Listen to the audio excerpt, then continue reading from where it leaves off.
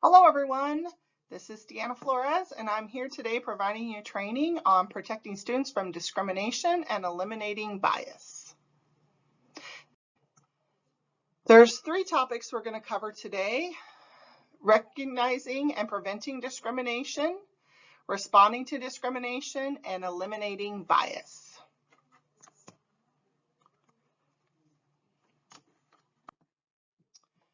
Our focus for today is protecting students. While federal and state laws also protect school employees from discrimination, today's focus is on protecting students. If you need more information about employment discrimination, you can refer to our policies and procedures. Non-discrimination policy and complaint procedure is 5010 and 5010P. Sex discrimination and complaint procedure is 5011 and 5011P. There are also some other agencies that you can go to for references on employment discrimination. That's the U.S. Equal Employment Opportunities Commission and the Washington State Human Rights Commission. Preventing and recognizing discrimination. What is discrimination? What are some of the common forms of discrimination that are seen in schools? What's the difference between harassment, intimidation, and bullying and discriminatory harassment? What is sexual harassment? Discrimination. Discrimination is the unfair or unequal treatment of a person or group because they are part of a protected class. Protected class. We have 12 of those in Washington State. Race, color, national origin, religion, creed, sex, sexual orientation, gender identity, gender expression, disability, use of a service animal, and a veteran or military status. Keep in mind that in some other states, localities, cities, there might be other protected classes that are identified, but those are the 12 that are identified for the state of Washington. There are two common forms of discrimination that we see in schools: access to school programs and activities, and discriminatory and sexual harassment. Access to school programs and activities. Every student should have equal access to any of their school programs and activities, including academics, so courses like advanced classes, college and the high school, CTE programs. There can be prerequisites for courses, like they need to have some sort of advanced math classes to get into the most advanced math class, but those have to be applied fairly and equally. Extracurriculars, sports and clubs, there also can be requirements for teams, maybe there's cuts, but those also have to be applied equally and fairly. And then transportation.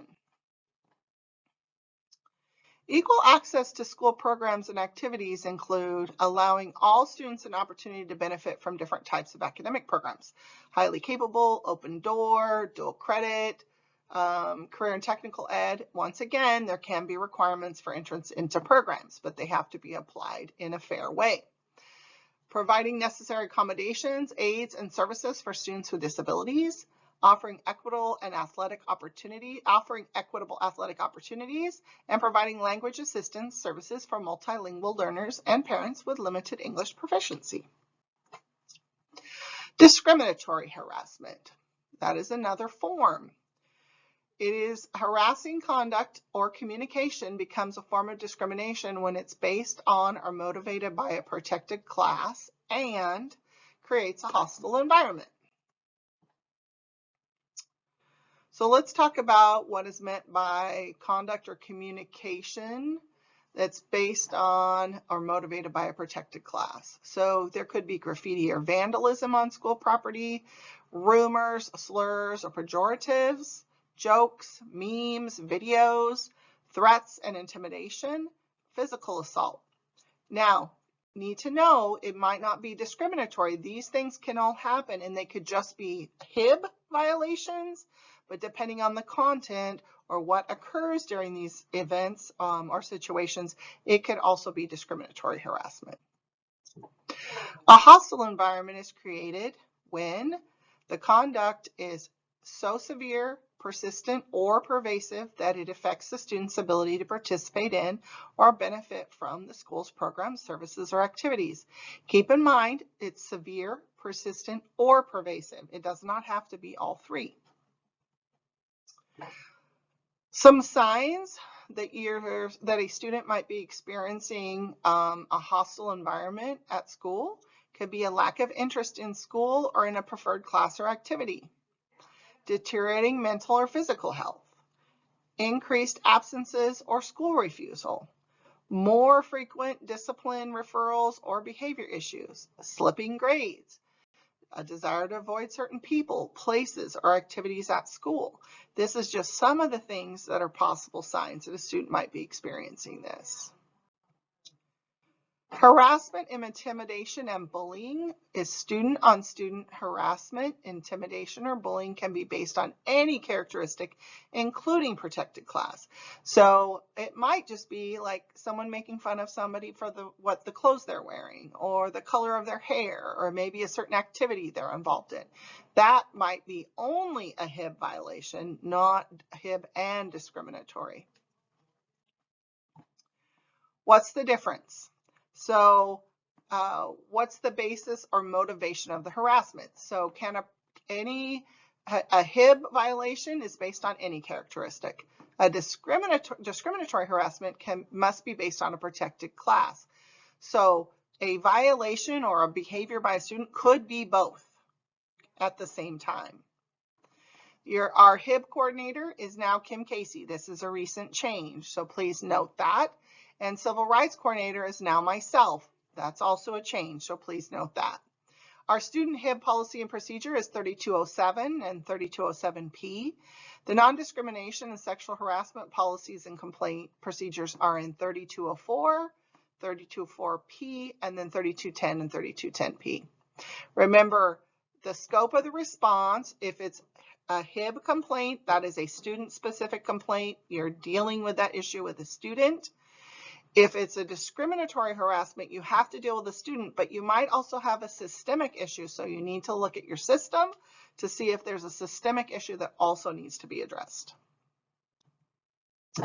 Sexual harassment. Sexual harassment between students is unwelcome conduct or communication that is sexual in nature and creates a hostile environment. So let's break that down a little bit further. Unwelcome conduct or communication that is the student did not request or invite and is considered to be offensive or undesirable. Number 2, sexual in nature. Some examples are touching or grabbing a student's body, catcalling or whistling, making sexual jokes or remarks, spreading rumors about a student's sexual history, pressuring a student for sexual favors, sending sexually explicit texts, emails, or photos, and a forcible sexual contact or rape. And then number 3, that hostile environment. When the conduct or communication is so severe, persistent, or pervasive that it limits a student's ability to participate in or benefit from a school's programs or activities. Once again, notice the 2 or in there versus and. It is up to us to recognize when conduct is potentially discriminatory. So harassment, bullying, taunting, assault, sexting, threats, name calling, teasing. And we need to respond. Responding to discrimination. What do schools need to do once they're on notice of potential discrimination? What is a discrimination complaint? What should a school do in response to a verbal or written discrimination complaint? And what about a complaint that alleges hate, harassment, intimidation, and bullying, and discriminatory harassment? Well, let's see. Schools have a duty to respond.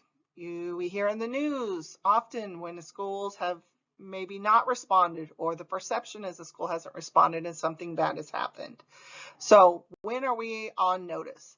Once on notice of potential discrimination or sexual harassment, a school must investigate, and then they have to take prompt and effective steps to stop the conduct, eliminate the hostile environment, prevent it from reoccurring, and remedy its effects. We have to do that even if no one filed a complaint. So if it's seen, noticed by staff members, it has to be reported, and we have to respond to it even if nobody filed a complaint. When is a school on notice?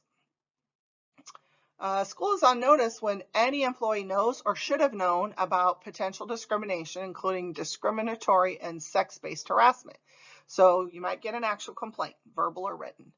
A student or a parent tells a school staff member about the conduct. Maybe it's somebody you know or a friend or a neighbor and they just told you about it. School staff member witnesses the conduct. You cannot ignore it. You need to address it. You are on notice. Or a school staff member hears about it, social media, maybe an email, something comes through that they see it, it needs to be reported. You have to promptly notice the civil rights coordinator. That's me. Verbal complaints. A school employee is told about an incident of possible discrimination or discriminatory harassment, usually over the phone or in person, and then there's a written formal complaint. Any school or district administrator receives specific allegations of discrimination in writing. Now remember, the written complaint might come to somebody before it gets to the administrator. It has to come to the administrator and to your civil rights coordinator. That could be an email, a fax, US mail, hand delivery. How do we respond to verbal complaints? The school employee must notify the civil rights coordinator. The civil rights coordinator will then partner with the appropriate school administrator to investigate and respond, notify the complainant of their right to file a written complaint, and then provide the complainant with a copy of the discrimination complaint procedure. What if it's a written complaint? Very similar. We must respond. You have to notify the civil rights coordinator. Then they partner with the appropriate school administrator to apply the formal discrimination complaint procedure, which is 3210P. And then we have to also provide the complaint procedure copy to the person who has submitted the complaint. So here's the process for written complaints. The person submits a written complaint to the district. The LEA, the local education agency, that's the district, and the school buildings must complete a neutral investigation or respond to the complaint in writing in 30 days. There is a process for appeal. The complainant may not like the outcome of the investigation and the response, and so they can appeal. Usually that's to the school board. That could be to the superintendent and then to the school board. And then once that occurs, if they don't agree with the response at that time, they can file a complaint with OSPI. Complaints that involve both HIB, harassment, intimidation, and bullying, and discriminatory harassment, the district must stop the conduct and make sure students are safe. That's a staff member, that's whoever's there in the moment. You have to stop the conduct and make sure that the students feel safe. Make sure both coordinators, HIB and civil rights, that's Kim and I, have been notified, and partner with the coordinators to ensure the conduct is addressed under both procedures, the HIB and the non-discrimination.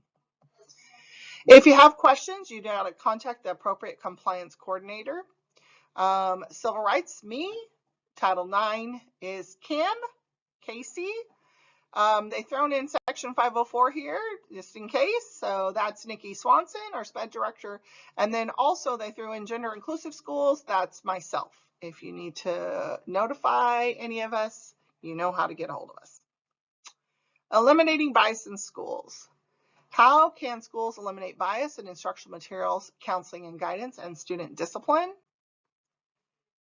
Schools must eliminate bias in instructional materials, counseling and guidance, and student discipline. There's associated WACs that go with all of these. Eliminating bias in instructional materials. Schools have to adopt and consistently apply instructional materials policies that include screening, selection, criteria designed to identify and eliminate biases based on protected class. There's actually a screening tool that OSPI has that we use when we're adopting materials. And then it's just a rubric where you can evaluate that. If we currently have materials that we have adopted in the past, we know we have some old materials, and we identify that there is bias, they cannot be replaced immediately, we do have to acquire some supplemental materials to use to counter the bias content. Eliminating bias in counseling and guidance. Schools, counseling, and guidance practices cannot result in students being directed towards a certain academic, vocational, or career path because of their protected class. Reviewing specialized course program enrollment data helps us determine whether there's certain protected classes that are over or underrepresented in any specialized courses or programs, like our advanced math, our dual credit, our CTE courses, our highly capable courses. Schools should be about looking at this data each year. This is outside of open door and maybe some advanced math track is primarily at the high school, but we do need to look at this data each year, if not more often, to make sure that our student populations in those programs are reflective of what our student population is. If any substantial disproportionality is identified, then we have to look at that data. We have to look at our practices to see if there's a root cause so we can address that. Eliminating bias in student discipline. We have to also administer discipline without discrimination. So regular reviewing student discipline data helps schools prevent, identify, and correct any discipline disparities based on protected class. If a substantial disproportionality is identified, a high number of students, for instance, in special education are being disciplined at a higher rate than students in general education. That's an example. We have to look at our policies, procedures, and practices to see if there's a contributing factor there, and then we may have to make some changes. But we have to examine that data, and we should be doing that at least every year, if not more often. Additional resources. So OSPI has an Office of Equity and Civil Rights. There's a lot of information on the website if you want to go in there and look on the OSPI website. And there also is the Office for Civil Rights to the U.S. Department of Education, and they also have some references and some documents that you can use. OSPI encourages you to contact them, equity@k12.wa.us. Email is usually, for what I find, is better when you're trying to reach OSPI than trying to call them, but you can give it a try. And then here's some other ways you could connect with OSPI. I hope this training has been helpful and informative, and thank you for participating.